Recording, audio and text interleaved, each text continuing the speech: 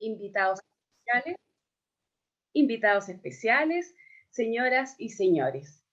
Es muy grato conmemorar un nuevo día de la educación técnico-profesional reuniéndonos para reflexionar en torno al futuro de esta modalidad de enseñanza-aprendizaje, que representa, como ustedes bien saben, más de un tercio de la matrícula de enseñanza media del país y que sin duda es pieza fundamental de su desarrollo. Es precisamente por su importancia que la Cámara Chilena de la Construcción se hace parte de este tipo de enseñanza, dando inicio en el año 2019 al programa de fortalecimiento educativo. Actualmente, el programa trabaja vinculado a 31 establecimientos educacionales y 29 empresas de las regiones de Maule, Ñuble, Biobío y Araucanía, teniendo como objetivo fortalecer el perfil de egreso de los estudiantes que cursan especialidades vinculadas al sector de la construcción para que al momento de egresar, aquellos que necesitan o decidan trabajar de manera temprana, lo hagan en la industria de manera óptima y quienes deciden continuar estudios en educación superior, elijan, por supuesto, carreras del sector. Como instancia estratégica para la vinculación efectiva entre liceo y empresa, el programa trabaja con dos ejes estratégicos: las redes de la construcción, que permiten diálogo, reflexión y acuerdos entre representantes de los establecimientos medios técnico-profesionales en cada una de estas regiones, y los consejos asesores empresariales de la construcción, los CAE, integrados por empresarios, socios y profesionales de la Cámara Chilena de la Construcción, quienes trabajan de manera colaborativa y sistemática en la vinculación y compromiso con la formación de los futuros trabajadores de la industria. Ambas instancias buscan promover y avanzar de manera colaborativa con los compromisos del programa de fortalecimiento educativo, teniendo como propósito promover en los jóvenes la industria de la construcción como un espacio de desarrollo personal, profesional y, por supuesto, social. En este contexto, y debido al profundo trabajo que se ha implementado, para el cual la pandemia solo ha sido un elemento más y jamás una barrera que limite, se gestó el presente seminario denominado Educación Media Técnico Profesional y el futuro del aprendizaje, en el cual participa como expositor el doctor Santiago Rincón Gallardo. Liberar el aprendizaje y su poder para cambiar vidas y el mundo está en el centro del interés del doctor Rincón Gallardo, como líder consultor y académico del cambio educativo. A través de su trabajo, profundiza en la comprensión de cómo y bajo qué condiciones el aprendizaje puede extenderse ampliamente a través de sistemas educativos completos. Como consultor de educación y director de investigación del equipo de Michael Funan, se ha involucrado en variados proyectos en los Estados Unidos, Canadá, América Latina y Europa, documentando aquellas experiencias y brindando recomendaciones enfocadas para mejorar la coherencia del sistema, profundizar el aprendizaje de los estudiantes y cultivar el capital profesional en todos los sistemas educativos. En este seminario, primero contaremos con su presentación para luego dar paso a las consultas de los participantes, las que solicitamos por favor las vayan indicando en el chat, ya sea al final o ya sea a medida que se va dando la presentación. Dejo con ustedes al doctor Santiago Rincón Gallardo con el tema Educación Media Técnico Profesional y el futuro del aprendizaje. Muchísimas gracias, Romy, y muchas gracias a Educando en Red y a la Cámara Chilena de la Construcción por la invitación a este evento. Es un gran honor poder estar con ustedes el día de hoy. Creo que vivimos un momento en que se abre una posibilidad extraordinaria, inigualable, para reposicionar a la educación técnico-profesional como líder en la educación que necesitamos para el futuro. Y ese es el mensaje fundamental que voy a desarrollar a lo largo de estos 30 minutos en los que voy a hacer esta pequeña charla. Después de estos 30 minutos tendremos ocasión para intercambiar con ustedes. Si les van surgiendo dudas, si hay preguntas que quisieran compartir con nosotros, los invitamos a ponerlas en el chat desde ahora para que las podamos ir organizando y que podamos abordarlas lo mejor posible en el periodo de 20 minutos que tendremos después de la charla. También van a ver aquí mi cuenta de Twitter. Esta es otra manera en la que los invito a compartir, a reaccionar, a hacer preguntas relacionadas con las ideas que estoy planteando el día de hoy. Y aquí está la gran pregunta que se halla en la encrucijada en que está la educación técnico-profesional ahora. ¿Imitar o reinventar? Históricamente, a lo largo de varias décadas, se ha visto y se ha tratado a la educación técnico profesional como educación de segunda, como el patito feo de la educación. Y ese es un problema.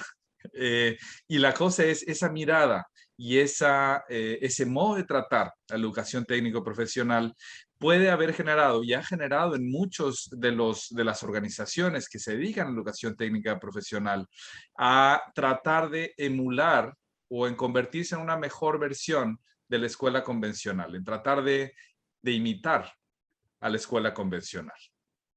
Esa es una posible vía hacia el futuro. No la que yo recomendaría, pero una posible vía.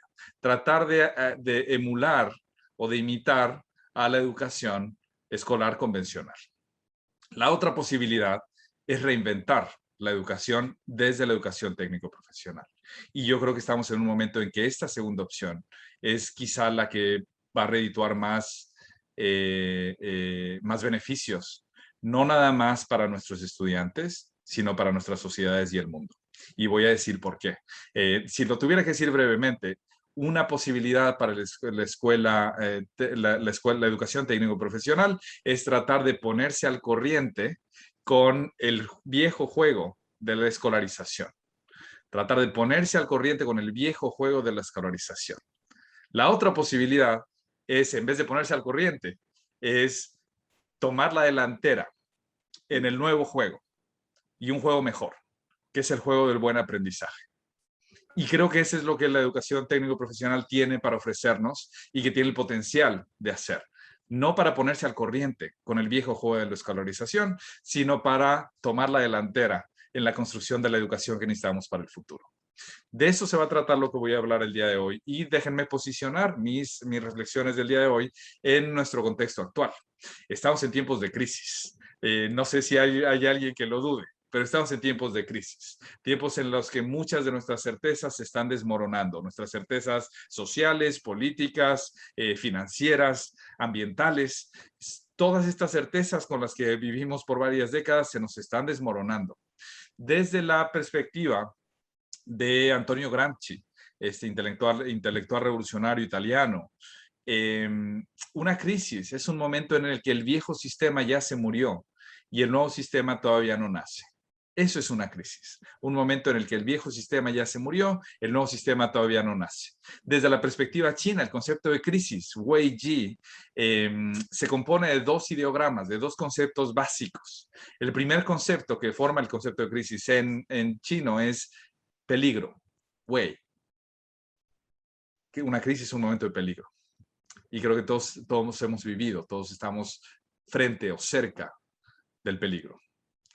Al mismo tiempo, una crisis es un momento de múltiples posibilidades. Este es el concepto G, el segundo concepto que le da forma al concepto más complejo de crisis. Peligro y múltiples posibilidades. En un tiempo de crisis hay tantas piezas que se están moviendo que los posibles resultados son múltiples. Hay diversas posibilidades y no todas mejores. De hecho, en un tiempo de crisis no hay nada que nos pueda asegurar que el sistema que viene vaya a ser mejor que el sistema que le precedió.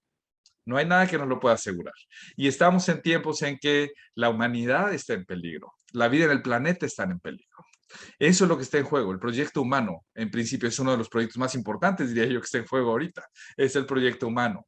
Y si no le prestamos atención intencional, deliberada, a reconstruir el proyecto humano a través de nuestro trabajo el día a día como educadores, como líderes de la educación,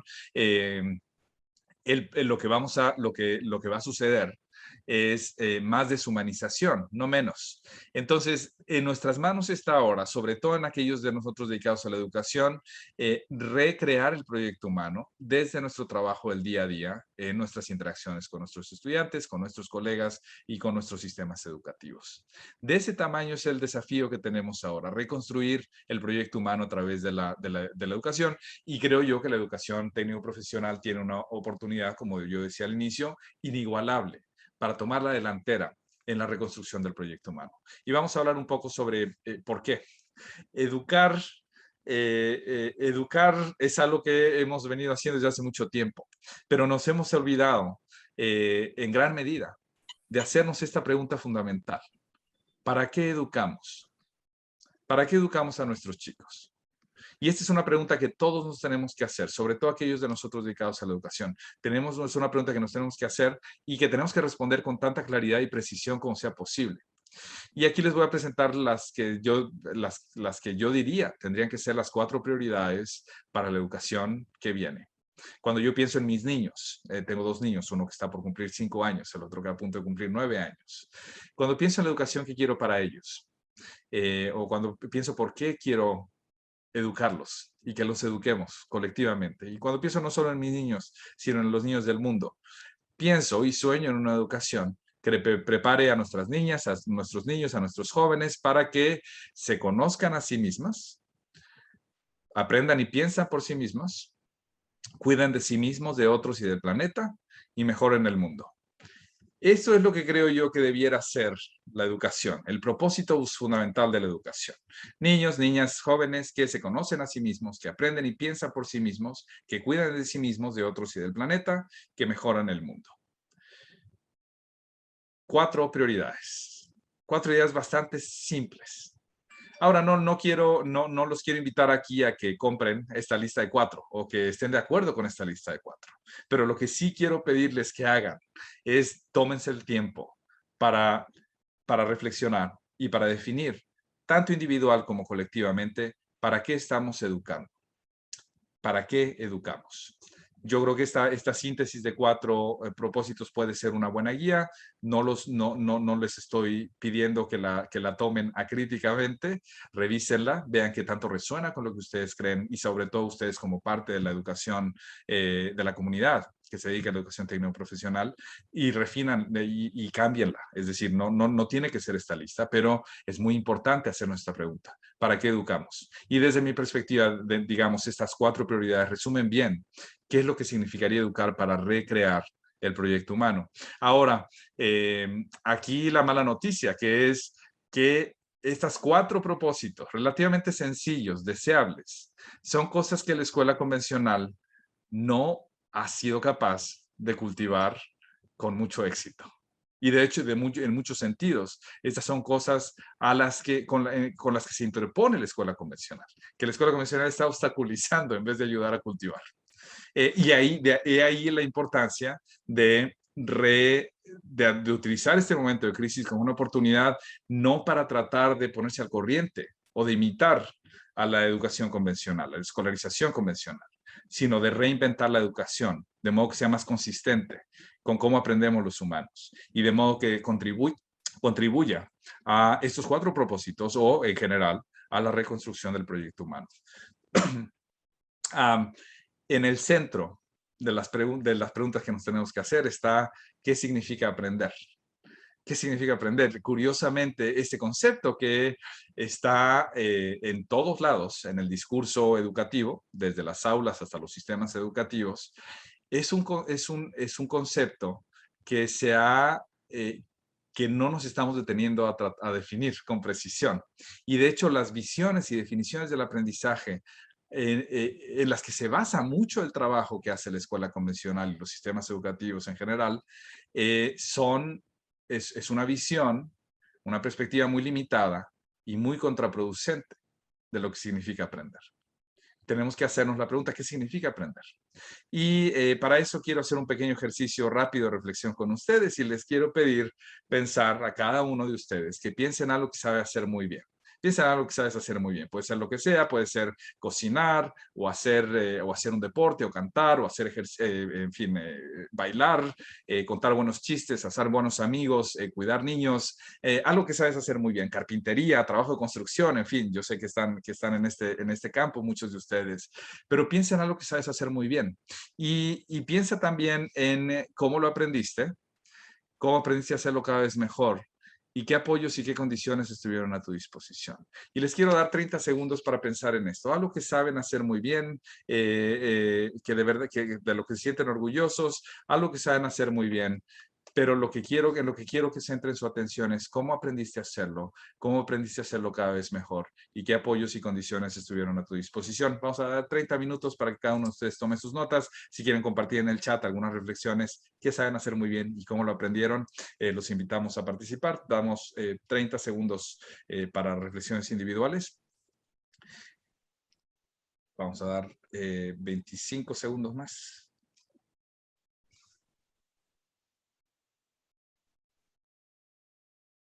Pueden tomar nota en su cuaderno, pueden poner notas en el chat y vamos a darnos 10 minutos más.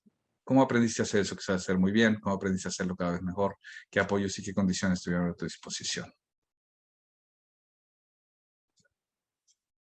Muy bien. Bueno, ya cada uno de ustedes tiene en su mente, o la mayoría de ustedes tendrá en su mente algo que aprendieron a hacer muy bien y cómo aprendieron a hacerlo, qué les ayudó a aprender a hacerlo bien. Y casi les puedo apostar que la mayoría de ustedes eligió algo, eso que eligieron, como algo que saben hacer muy bien, es algo que les importaba, es algo que les interesaba. No necesariamente al principio, pero una vez que empezaron quizá les despertó el interés. Pero fundamentalmente aquello que saben hacer muy bien es algo que aprendieron porque les interesaba aprenderlo.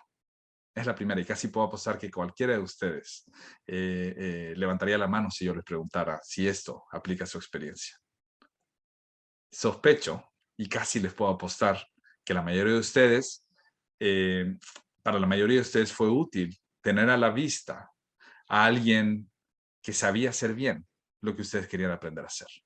Hay una buena cocinera para aprender a cocinar, verla cocinando, o un buen músico tocando la guitarra para aprender a tocar la guitarra, o un buen jugador de fútbol, soccer, para aprender a jugar fútbol. Exposición constante a la práctica experta que uno quiere aprender. Estoy casi seguro que eso fue parte de su experiencia de aprender bien algo, bien, a lo que saben hacer muy bien. Estoy seguro, y eso casi indiscutiblemente se los puedo apostar, que la práctica constante fue un aspecto importante de su experiencia de aprender algo bien. Hacer las cosas una y otra vez, una y otra vez. La práctica constante. Estoy seguro que eso es parte de lo que ustedes aprenden, de la experiencia de aprender a hacer bien algo. Práctica constante y junto con eso la retroalimentación y la reflexión. Es decir, no es nada más practicar y practicar y practicar, sino ver qué resulta de lo que estoy haciendo y detenerse a reflexionar. ¿Qué está funcionando bien? ¿Qué es lo que ya sé hacer bien? ¿Qué es lo que me ha fallado? ¿Qué puedo hacer mejor? ¿Qué podría hacer mejor la siguiente vez? En fin, retroalimentación y reflexión. Estoy prácticamente seguro que la mayoría de ustedes dirían que sí a cada una de estas condiciones. Lo que aprendieron bien les interesaba, era muy importante, fue muy útil tener a la vista a alguien experto en la práctica que ustedes querían aprender y verlos practicando en acción. La práctica constante por parte de ustedes, la retroalimentación, la reflexión y muy probablemente también para muchos de ustedes fue útil la colaboración. Aprender a la par de otros, junto con otros, en coordinación con otros. La colaboración. Esto es, a final de cuentas, lo que resume cómo sucede el buen aprendizaje. ¿Cuáles son las condiciones clave para el buen aprendizaje? Interés, exposición a la práctica experta que uno quiere aprender, práctica constante, retroalimentación, reflexión, colaboración.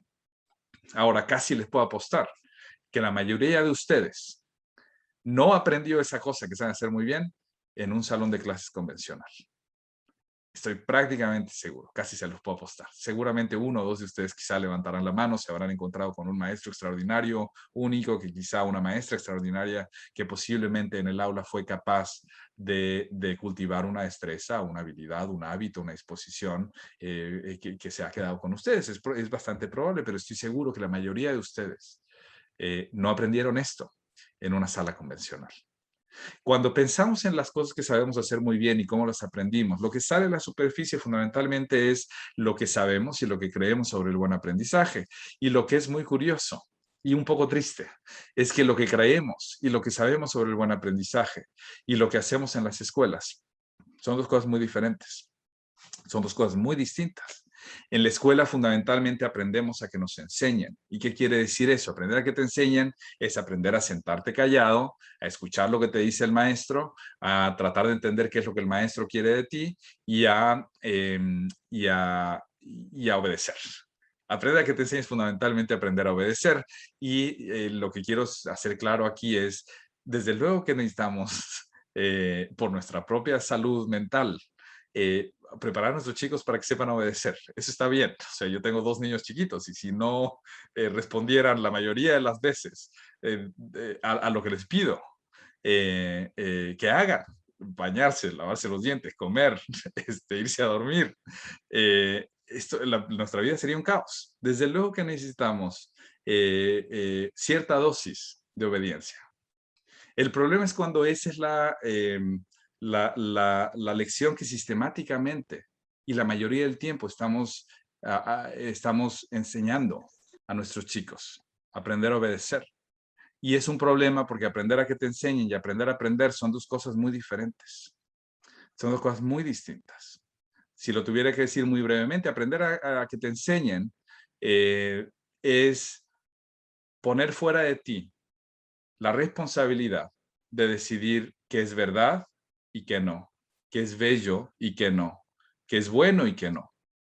Es poner esa responsabilidad fuera de ti, en el maestro, en el director de la escuela, en el secretario de Educación, o el ministro de Educación, en el presidente, en fin. Es poner esa responsabilidad de decidir qué es bueno, qué es verdadero, qué es bello, fuera de ti. Y aprender a aprender es todo lo contrario.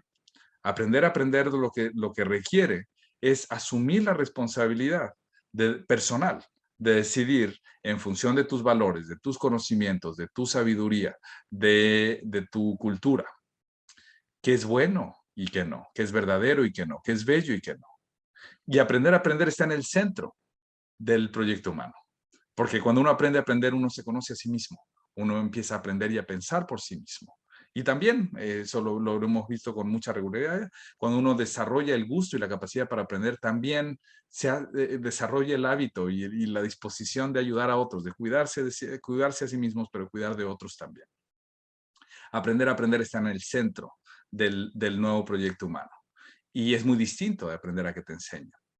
La escuela convencional ha sido mucho más, ha sido mucho mejor en preparar a nuestros chicos para que les enseñen, para que se acostumbren y aprendan a que les enseñen, que lo que ha sido para cultivar su capacidad de aprender por su cuenta.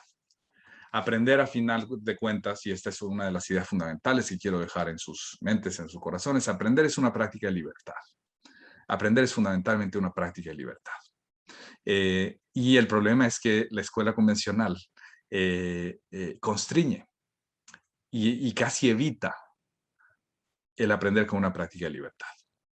La escuela convencional, los sistemas masivos de educación, de escolarización convencional masiva, obligatoria, no fueron diseñados para promover el buen aprendizaje. No ha sido esa su función histórica. Históricamente, la escolarización masiva obligatoria ha tenido tres funciones fundamentales que ha sabido cumplir bastante bien. Una es la custodia, cuidar de los niños mientras los papás están trabajando. Otra es el control. La escuela es un mecanismo de control social.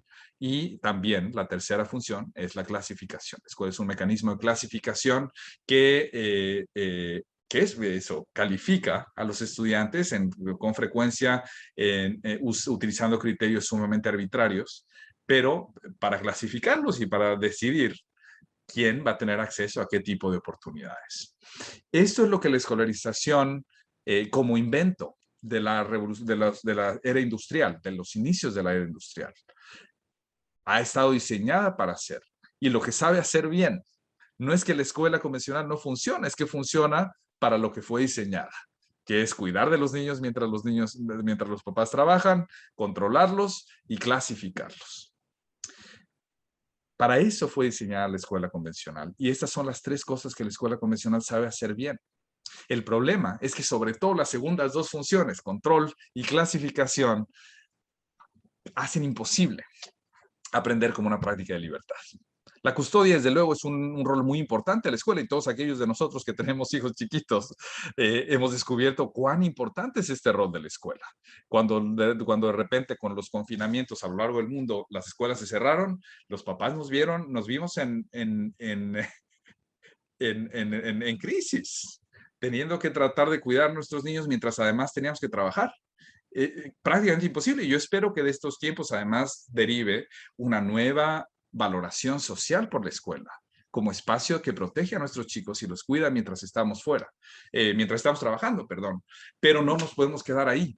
Eso, es decir, esa función de la escuela es muy importante, pero no nos podemos quedar ahí. La idea es qué podemos hacer en el tiempo en que los chicos están en la escuela, no solo para cuidarlos, sino para asegurar que lo estamos preparando bien para el futuro. Y sobre todo para reconstruir el proyecto humano. Ah, muy bien, entonces lo que tenemos que hacer es empezar a movernos más al lado izquierdo de la pantalla, cultivar la capacidad y el gusto de nuestros chicos por aprender por su cuenta y a practicar el aprendizaje como práctica de libertad. Y cuando hablo de aprendizaje como práctica de libertad, no me refiero a dejarlos hacer lo que se les pegue la gana. Eso no es libertad. Libertad también es lucha. Libertad es enfrentarse a dificultades también. La libertad cuesta trabajo, cuesta mucho más esfuerzo que la obediencia. Entonces, el aprender, el buen aprender, sucede en la interacción, y esto lo dice muy bonito Yal Mehta de la Universidad de Harvard, sucede en la interacción entre el gozo y el rigor. Son las dos cosas, lo mejor de nuestro pensamiento y lo mejor de nuestras emociones. Se conjuntan, ocurren en sincronía. Eso es la práctica de libertad. No es hacer lo que se te pega la gana. Es aprender lo que de verdad te interesa con toda intención, con todo rigor, pero con emoción también. En fin, es una pequeña nota al margen. Si hay una unidad básica que tenemos que intervenir, que tenemos que cambiar, para liberar el aprendizaje, para hacer posible el aprendizaje con práctica de libertad, ese es el núcleo pedagógico. El núcleo pedagógico fundamentalmente es la relación entre un educador y un aprendiz en la presencia de un objeto de conocimiento. Esa es la unidad básica donde se juega el aprendizaje. Eso ya lo han dicho muchos expertos en educación, entre ellos, desde luego, y de manera más prominente, mi queridísimo mentor, amigo Richard Elmore de la Universidad de Harvard, que muy tristemente falleció a principios de este año. Pero esta es la unidad básica donde el aprendizaje sucede o no. Uno puede cambiar muchas cosas. Uno puede cambiar el currículo y crear nuevas evaluaciones estandarizadas y evaluar a los maestros y evaluar a las escuelas y crear nuevos materiales, nuevos libros de texto y traer nuevas tecnologías a las escuelas. Pero si uno no cambia el núcleo pedagógico, el aprendizaje no va a mejorar. Esta es la unidad básica que tenemos que intervenir. La relación entre educador y aprendiz en la presencia de un objeto de conocimiento. Ahí se juega el aprendizaje. Eso ya lo han establecido muchos de nuestros pensadores más influyentes, digamos, en el campo del cambio educativo. Aquí se juega el aprendizaje, pero en el núcleo pedagógico también se juega la democracia. En el núcleo pedagógico, en el vínculo entre educador y aprendiz, en la presencia de un objeto de conocimiento, hay relaciones de poder.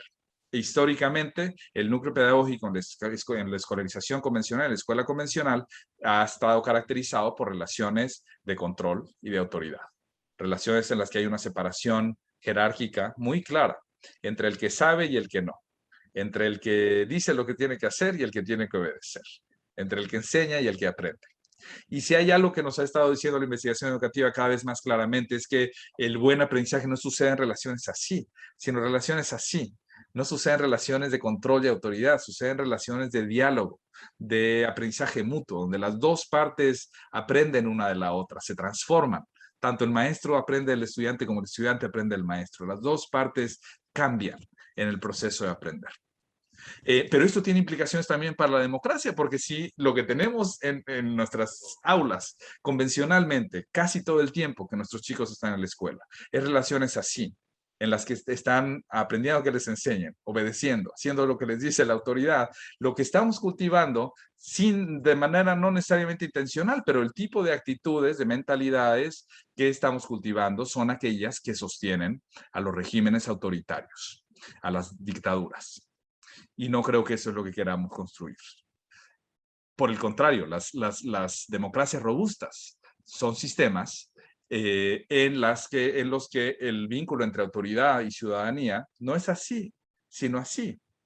No es un vínculo vertical de control y autoridad, es un vínculo horizontal de diálogo, de aprendizaje mutuo, en el que las dos partes se transforman. Lo mismo el Estado y el ciudadano que el maestro y el estudiante. Cuando permitimos a los estudiantes involucrarse con nosotros en procesos de diálogo, donde los dos aprendemos, donde entramos en diálogo, el tipo de mentalidad, de actitud que estamos cultivando es el tipo de actitud y mentalidad que necesitamos para las democracias robustas. Y estamos en momentos en que no podemos ya dar por sentadas las democracias. Hay, sobre todo entre nuestros vecinos en los Estados Unidos, en Inglaterra, en fin, estamos viendo desmoronarse las democracias. Y la buena noticia es que si intervenimos en el núcleo pedagógico, no nada más vamos a estar mejorando el aprendizaje, vamos a estar cultivando la democracia también. Y finalmente también en el núcleo pedagógico se juega el bienestar. En relaciones así, lo que uno cultiva es estrés, ansiedad, falta de autoestima. Es en relaciones así, de diálogo, de cuidado mutuo, que uno desarrolla cariño, el sentido de autoestima, el sentido de bienestar. La buena noticia entonces es que si logramos transformar lo que sucede aquí, en esta unidad que está al alcance de todos, el núcleo pedagógico, el vínculo entre un educador y un aprendiz en la presencia del conocimiento, vamos a estar cultivando tres de las piezas fundamentales que tenemos que construir para recrear el proyecto humano: el aprendizaje, la democracia y el bienestar. Si hay una unidad básica, entonces donde tendríamos que poner todos nuestros esfuerzos es aquí, en el núcleo pedagógico. Vamos a, voy a decirlo muy brevemente porque sé que estamos ya empezando a quedar cortos de tiempo, pero les voy a resumir en tres frases lo que sabemos sobre la enseñanza efectiva, sobre el liderazgo escolar efectivo y sobre el liderazgo efectivo en sistemas educativos. Les voy a ahorrar entonces, lo voy a decir en tres frases y de esta manera les voy a ahorrar miles de horas les voy a ahorrar la lectura de cientos de artículos académicos aburridos. Tres frases fundamentales que están bien fundamentados en la evidencia que tenemos sobre las prácticas de maestros, de líderes escolares y de sistemas educativos que están teniendo mejores resultados, que están produciendo mejores resultados de aprendizaje de los chicos. Tres frases. Los maestros más efectivos aprenden con sus estudiantes. Los directores escolares más efectivos aprenden con sus maestros y los sistemas educativos más efectivos aprenden con sus escuelas. De eso se trata. Nuestro rol como educadores no es tanto enseñar, cuanto crear las condiciones para que las personas con las que trabajamos aprendan y aprender junto con ellos sobre lo que está funcionando y lo que no.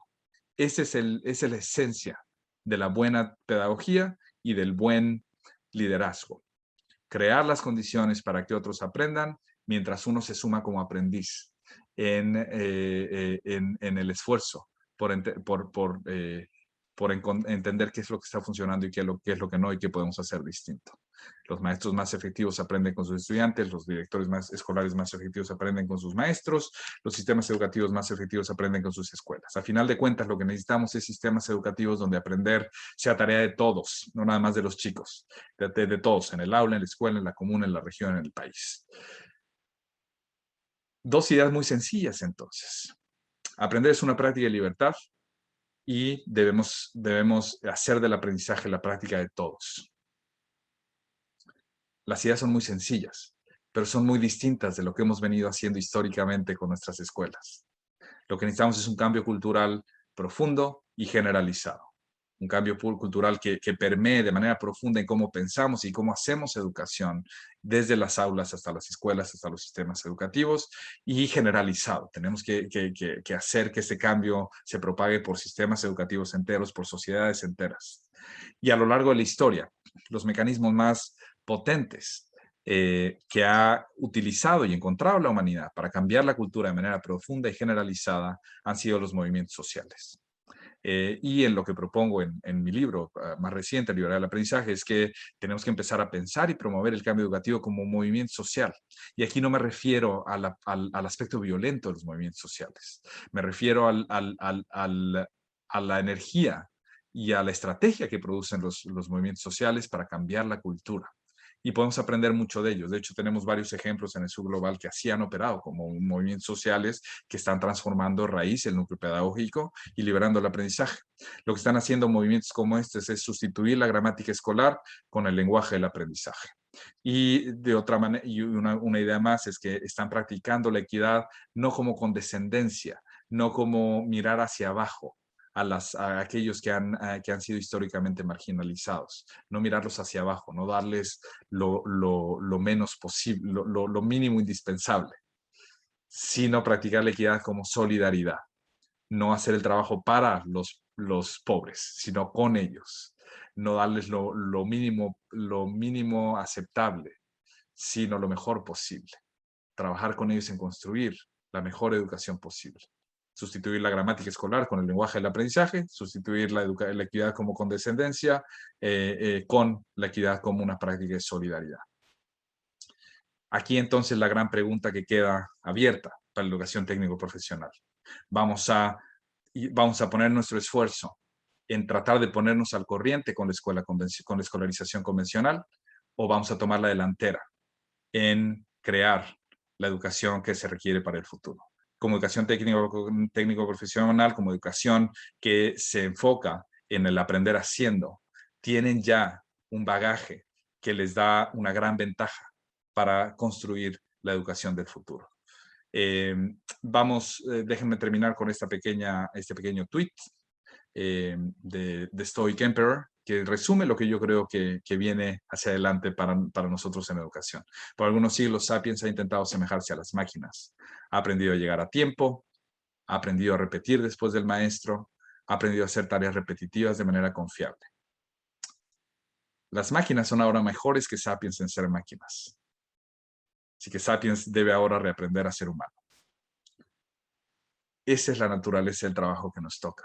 Recuperar nuestra humanidad compartida y reconstruirla a través de la educación.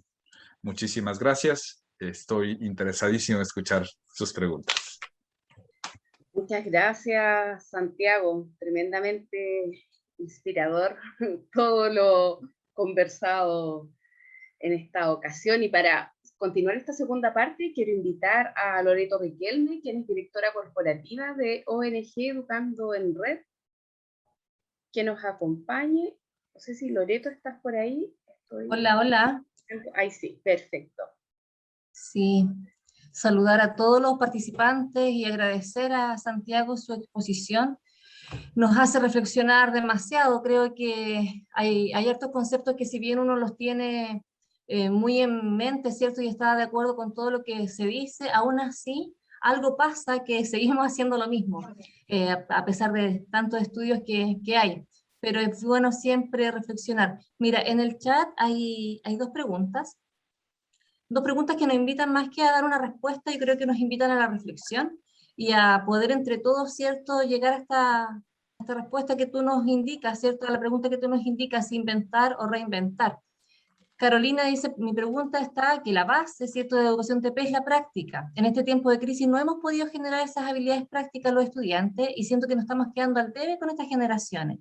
¿Cómo podríamos mejorar esta situación para entregar una enseñanza TP de calidad, ¿cierto?, en la virtualidad? Y por su parte también Benjamín nos dice que es cierto que la educación se encuentra en crisis desde hace mucho tiempo, la manera de enseñar no ha cambiado significativamente en más de 100 años, y varios han advertido incluso que la escuela va matando la creatividad, que es lo que también fuimos viendo, ¿cierto?, en la exposición, cómo educamos para la libertad o cómo educamos también para el control. Es rígida la escuela, ¿cierto?, es demasiado inflexible, y a la luz de todo esto, ¿cómo va a ser ahora si le sumamos el tema de la pandemia, ¿cierto?, en donde se le debe decir a los jóvenes que deben mantenerse alejados, ¿cierto?, que en la escuela efectivamente, por protocolo, las ventanas están abiertas, por lo tanto el chico está muerto de frío. Es complejo, y hasta qué punto todo esto influye, ¿cierto?, hasta qué punto la pandemia influye en la educación técnica profesional. Claro.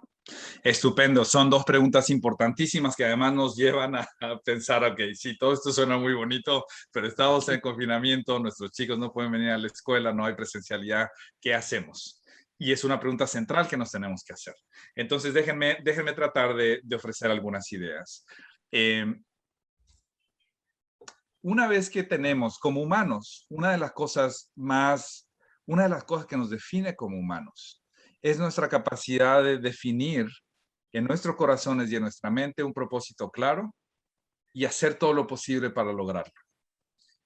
Eso es lo que nos ha definido como humanidad y lo que ha creado el tipo de progreso extraordinario que ha generado la humanidad a lo largo de varios siglos. La capacidad de imaginar y de hacer realidad lo que imaginamos. En el centro del trabajo que tenemos que hacer ahora, sobre todo en tiempos de pandemia, primero es tratar de aclarar con la mayor claridad posible para qué estamos educando. Así abrí la conversación. ¿Para qué queremos preparar a nuestros chicos en la educación media técnico-profesional? Y una vez que tenemos claro el propósito, tanto individualmente como colectivamente, entonces movámonos para llegar ahí como sea, con las herramientas que podamos y como podamos. Marshall Gans, de la Universidad de Harvard, de la Escuela de Gobierno, un gran amigo y extraordinario mentor, ofrece una definición de estrategia que creo que es especialmente potente para estos tiempos. Estrategia, él dice, es cómo convertimos lo que tenemos en lo que necesitamos para obtener lo que queremos. ¿Cómo convertimos lo que tenemos en lo que necesitamos para obtener lo que queremos? Él utiliza la metáfora de David y Goliat, el mito de David y Goliat, para hablar sobre cómo es que los movimientos sociales, aparentemente formados por gente que no tiene poder, son capaces de cambiar el mundo. Y él los asemeja a David, enfrentando a Goliat. Y David lo que hace es establecer una buena estrategia. Utiliza lo que tiene, que es su enojo contra su indignación contra este gigante Goliat que está desafiando al pueblo de Israel a un combate cuerpo a cuerpo con el mejor guerrero de Israel. Su indignación utiliza las pequeñas piedritas que se encuentran en el riachuelo y su onda y su buena puntería que ha ganado en su práctica como pastor. Y lo que hace es convertir lo que tiene, que es indignación, piedritas y una onda, y su buena puntería, en lo que necesita para obtener lo que quiere. Lo que necesita es desafiar, vencer a este gigante soberbio que pues, está poniendo en riesgo al pueblo de Israel. Y lo que hace entonces es, necesita vencerlo. Eso es lo que necesita hacer. Y lo que hace es aprovecha lo que tiene, su indignación, sus piedras, su onda y su buena puntería, para convertirlo en lo que necesita, que es un arma letal, para derrotar a Goliat. Y así lo vence. Lo que la leyenda de David y Goliat nos enseña es qué significa la buena estrategia. No es tratar de equipar a David con una armadura y una espada para enfrentar cuerpo a cuerpo a Goliat, porque Goliat lo destruye de esa manera. De lo que se trata es de construir, de utilizar, saber lo que quieres y entonces aprovechar los recursos que tienes para obtener lo que quieres. Y de eso se trata la buena estrategia. Y bueno, eso está sonando muy abstracto. Déjenme empezar a dar algunas ideas de qué puede significar esto para la educación técnico profesional.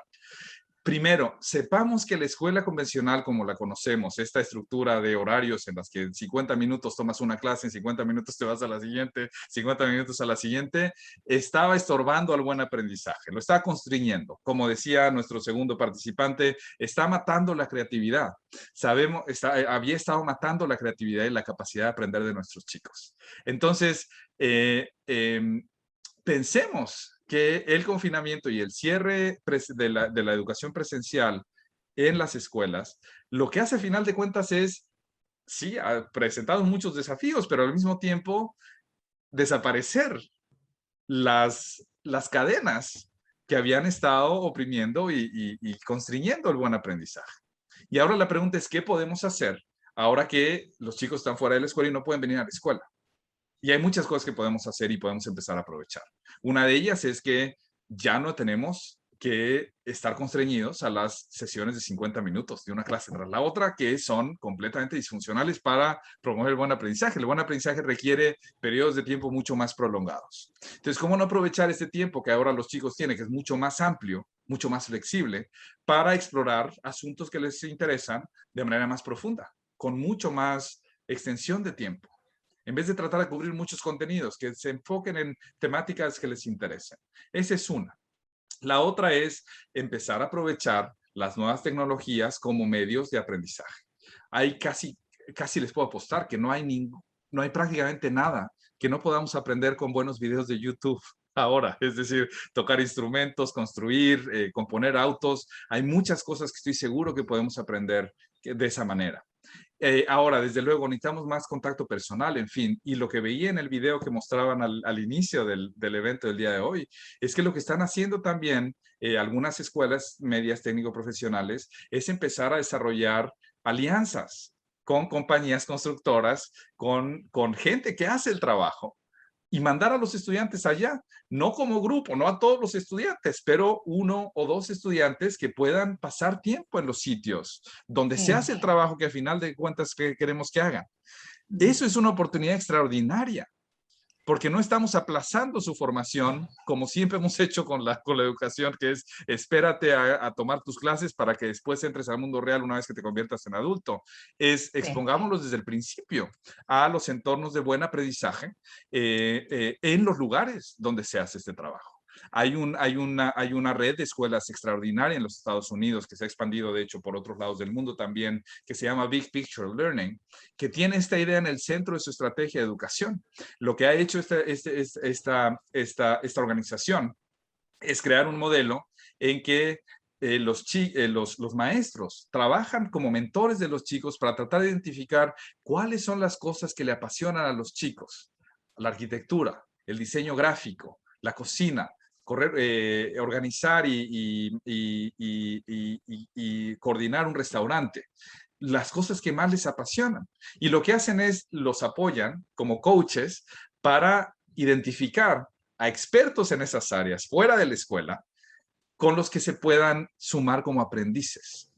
Y lo que hacen los maestros es negociar con los expertos para asegurar que una vez que los aprendices, una vez que adoptan a un aprendiz, lo que hagan es comprometerse a que el aprendiz haga trabajo real, no nada más como office boy, no nada más para sacar copias y traerle la comida a los adultos, sino que de verdad sea una relación de aprendizaje, de maestro-aprendiz.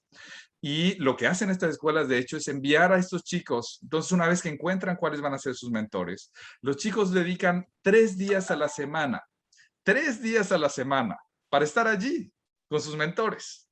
Y los otros 2 días vienen a la escuela para estudiar las cosas que tienen que estudiar, para organizar sus planes de aprendizaje, para dar cuenta a sus colegas, a sus maestros de cómo están avanzando, en fin. Esta es una de las mejores versiones de la educación que viene hacia adelante y yo creo que es una oportunidad extraordinaria. O sea, lo que ha descubierto Big Picture Learning, de hecho, es que hay mucho más gente abierta y dispuesta a apoyar este tipo de trabajo. Imaginen, la cosa es, imaginen que un chico adolescente se acerca a tu oficina para decir, oiga, yo soy un gran admirador del trabajo que hace y quiero aprender a hacer como usted. Déjeme estar a su sombra para aprender lo que hace y le ayudo además. ¿Quién va a decir que no? Y lo que Big Picture Learning nos está demostrando es que, de hecho, hay mucho más industrias, expertos que están abiertos a hacer este tipo de trabajo que lo que uno se puede imaginar inicialmente. Entonces, lo que la pandemia nos ofrece es la posibilidad de liberarnos de las limitaciones de la escuela convencional que ha estado constriñendo y oprimiendo el buen aprendizaje, la creatividad, el gusto por aprender y mover el aprendizaje a nuestras sociedades, a nuestras industrias, en fin. Yo creo que ahí hay una posibilidad muy importante. Santiago. Sí, adelante, Loreto. Sí, mira, respecto a todo lo que tú dices, para nosotros como en nuestro país tiene mucho, mucho sentido, porque también nosotros acá tenemos la posibilidad, ¿cierto?, de la educación dual, de la alternancia y todo ello. Sin duda hay que mejorarlo y hay que mejorarlo mucho. Y en relación a eso, ¿cierto?, en el chat tenemos varios comentarios, unos de carácter muy, muy filosóficos y otros de carácter más práctico, ¿cierto?, que ambas se complementan. Entonces, por ejemplo, Víctor Cárdenas nos dice que se ven luces, ¿cierto?, en todo esto. Por lo tanto, ¿a quién más debemos convocar para promover este cambio? Y me hace mucho sentido con un comentario que hay más acá arriba, que dice la educación TP tiene que reinventarse con la empresa, ¿cierto? Y un ejemplo de ello, como bien tú lo decías, y María Luisa acá también lo reafirma, que un ejemplo de eso en nuestro país, ¿cierto?, es el dual y cómo aprendemos nosotros mismos de lo que hemos venido haciendo y cómo lo vamos también, ¿cierto?, mejorando. Eso en relación a lo práctico. Claro. Y hay también unas preguntas más filosóficas, pero que tienen que ver, ¿cierto?, en relación a cómo vamos nosotros también reencantando a los jóvenes en este tipo de educación. Cómo los vamos, ¿cierto?, motivando a que, y mostrándole que efectivamente la educación técnica profesional quizás no es solamente una educación de control o una educación, ¿cierto?, que tiene que ver con la clasificación, una educación que ha estado siempre mirada para pensar de que no, esto es para los pobres, para que sigan quedando pobres, ¿cierto? Cómo los vamos reencantando y mostrando que no están así. Claro. Eso, para quedarme después al final con una última pregunta que hace Benedicto, que es una pregunta un poco más filosófica como para hacer el cierre. Ok, voy a empezar entonces, voy a empezar con la pregunta última y después voy a las otras dos. ¿Cómo reencantar a los alumnos? Bueno, la cosa es escucharlos. No vamos a reencantar a los alumnos básicamente diciéndoles lo que tienen que hacer. Lo que tenemos que hacer, estos tiempos de pandemia nos obligan a conocer a nuestros estudiantes mejor, como personas, como seres humanos, entender qué los mueve, cuáles son sus grandes preguntas, cuáles son sus grandes inquietudes, cuáles son sus pasiones. Escuchémoslos. Eso es lo primero, es escucharlos. Porque lo que tenemos que despertar no es el ánimo de hacer lo que les decimos que tienen que hacer. Lo que tenemos que encender es su motivación intrínseca, es su deseo de hacer una diferencia en el mundo, de aprender cosas muy bien. Entonces, lo primero es escuchémoslos y creemos el currículo de la educación técnico profesional alrededor de lo que a ellos les interesa, de sus grandes preguntas. En fin, ¿con quiénes empezar y entonces empecemos como quién les gustaría ser? ¿Quiénes hay en la comunidad que admiren? Y entonces, ¿con quién empezar a establecer los vínculos? Bueno, uno de ellos es con la industria. Seguramente las industrias en Chile, así como en la mayoría del mundo, se están dando cuenta que los certificados que uno trae de la escuela en realidad no dicen nada sobre el talento que tiene el estudiante para hacer su trabajo bien. Estoy casi seguro, o sea, eso ha sido el caso a lo largo del mundo, que las industrias están diciendo, sí, llega aquí un chico con muy buenas calificaciones, pero no sabe cómo trabajar en equipo, no sabe cómo manejar la maquinaria a pesar de que tiene 10 en el curso o en el taller. Estoy seguro que las industrias lo saben. Y estoy seguro además que todas las industrias están teniendo que invertir mucho dinero en capacitar a la gente nueva que está llegando. Entonces hay una buena oportunidad de hacer alianzas con ellos para decir, mira, te vamos a enviar fuerza de trabajo joven, que va a hacer trabajo quizá por un costo menor, que vas a estar formando, que te va a ayudar de manera profesional y que a final de cuentas va a empezar a formar la fuerza laboral para tu industria más adelante. Y estoy seguro que esa es una fórmula que puede ser muy atractiva para las industrias. Esa es una. La otra otra de las cosas que tenemos que empezar a repensar es la evaluación, o sea, qué significa certificar a nuestros estudiantes. Y hay esfuerzos muy bonitos que están empezando a tomar forma en varios lugares, uno de ellos en Australia, con una académica que se llama Sandra Milligan, que está tratando de ayudar a capturar lo que en efecto tiene que ofrecer de valor el estudiante, sus experiencias fuera de la escuela, lo que saben hacer bien. Lo que están haciendo es como pequeños modos de capturar y hacer visible el perfil de los estudiantes, de los egresados, más allá de sus calificaciones. ¿Qué saben hacer? ¿Cuáles son sus disposiciones personales que los preparan para este tipo de trabajo? Entonces, ese sería otro sector con el que tenemos que empezar a establecer Explorar. vínculos, claro. Ahora, en términos de... sí, no, entonces esas serían las preguntas fundamentales. Ahora, Sí. ¿cómo rescatar a los alumnos? Déjame decirlo nada más muy brevemente. Hay un libro muy bonito que acaban de publicar Dennis Shirley y Andy Hargreaves, dos amigos muy queridos, que se llama Student Engagement. 5 Paths to Student Engagement.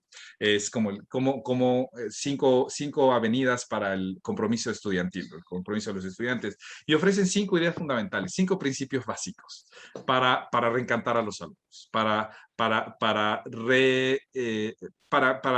alimentar el compromiso de los estudiantes. Valor intrínseco, que los chicos hagan trabajo que tiene valor intrínseco para ellos. Segundo, importancia, que se involucren en trabajo que tiene importancia para ellos o para el mundo o ambos. Asociación, que lo hagan con otros. Empoderamiento, que ellos tomen las riendas de su trabajo, su aprendizaje. Y 5, maestría, adquirir dominio, o sea, aprender a adquirir dominio de lo que quieren aprender. Cuando uno empieza a mejorar en su propia práctica, eso crea motivación intrínseca. Algunas ideas entonces en general para reencantar a los alumnos, y creo que hay una pregunta más, Loreto. Sí, bueno, y en relación a lo último que dices, tiene que ver también con educar en la libertad. Así es. De lo contrario, es imposible esas 5 menciones que hace, hacerlo de otra manera que no sea educando en la libertad. Mira, hay un comentario de yo lo quería, estaba más acá, de Benedicto Palma, dice Santiago, si bien todo lo dicho no es nada nuevo bajo el sol, ¿cierto? Sin embargo, es imperativo que podamos ponerlo en práctica. Ahí está Claro, el punto crítico. Y la claro. pregunta es, ¿dónde cabe la ética como filosofía primera y la trascendencia en tu propuesta? Ah, viene, o sea, lo que diría Benedicto, importantísima reflexión. En el centro del trabajo que he venido promoviendo tanto en la práctica, en las redes de tutoría en México, en distintas organizaciones en Chile, en los Estados Unidos, en Canadá, en Australia, en África también, está la noción, y aquí viene mi noción de ética, la noción de que nadie vale más que nadie más, que todos tenemos el mismo valor como seres humanos, que nadie es más que nadie, independientemente de nuestras diferencias. A nivel humano nadie es más que nadie. Y en eso se centra la idea de cambiar el núcleo pedagógico. Cuando los momentos más potentes de aprendizaje ocurren como cuando alguien que sabe algo bien se pone en pie de igualdad con aquel que lo quiere aprender y lo escucha y lo apoya con todo lo que tiene para que el chico pueda aprender o el aprendiz pueda aprender lo que quiere aprender. Fundamentalmente lo que está ahí es una noción de ética que establece que nadie es más que nadie y que nuestro rol no es mirar hacia abajo a los pobrecitos, a los que son menos, sino trabajar al lado de ellos como práctica de solidaridad, no como práctica de condescendencia, no como condescendencia, sino como solidaridad. Esa es la noción básica, digamos, Benedicto, que te diría, o sea, noción ética básica que subyace al trabajo que he venido impulsando tanto teóricamente como en la práctica. Nadie es más que nadie. Y estamos en un tiempo en el que por muchos lados se está tratando de comunicar lo contrario, que hay gente dispensable, que hay gente que vale menos que otros, cuya vida es menos valiosa que la de otros. Y eso es muy problemático. Y lo que creo yo es que con este modo de hacer el trabajo, o sea, cambiar el núcleo pedagógico, de modo que lo que establecemos son relaciones entre iguales, no idénticos, pero iguales en valor, personas que son iguales en valor, igualmente valiosas que podemos ir reformando no solo nuestra educación, sino nuestras sociedades y el mundo que viene. Déjenme decir nada más también ahora, Chile está en un momento extraordinario para reimaginarse como sociedad. O sea, el descontento social, la movilización social del año pasado, y el anterior, y la nueva Asamblea Constituyente, la energía que está detrás de ella, la energía de renovación que viene ahí, coloca a Chile a la vanguardia en el mundo en términos de redefinir el contrato social, recrear la sociedad. Y es un momento muy importante. Entonces, si tienen oportunidad, involúcrense en los trabajos de la nueva constituyente. Es muy importante. De hecho, los maestros son la segunda profesión más representada en la asamblea, que es una oportunidad extraordinaria. Y pensemos en términos éticos, ¿de qué se trata? ¿Cómo vemos a nuestros hermanos y hermanas humanos y cómo los tratamos? Aún a los que son diferentes de nosotros. En fin, lo dejo ahí porque veo que ya se nos ha acabado el tiempo. Pero gracias, Loreto. Muy buena, muy importante pregunta. Muchas gracias a ti, Santiago. Nos quedamos con la tarea principal de reflexionar.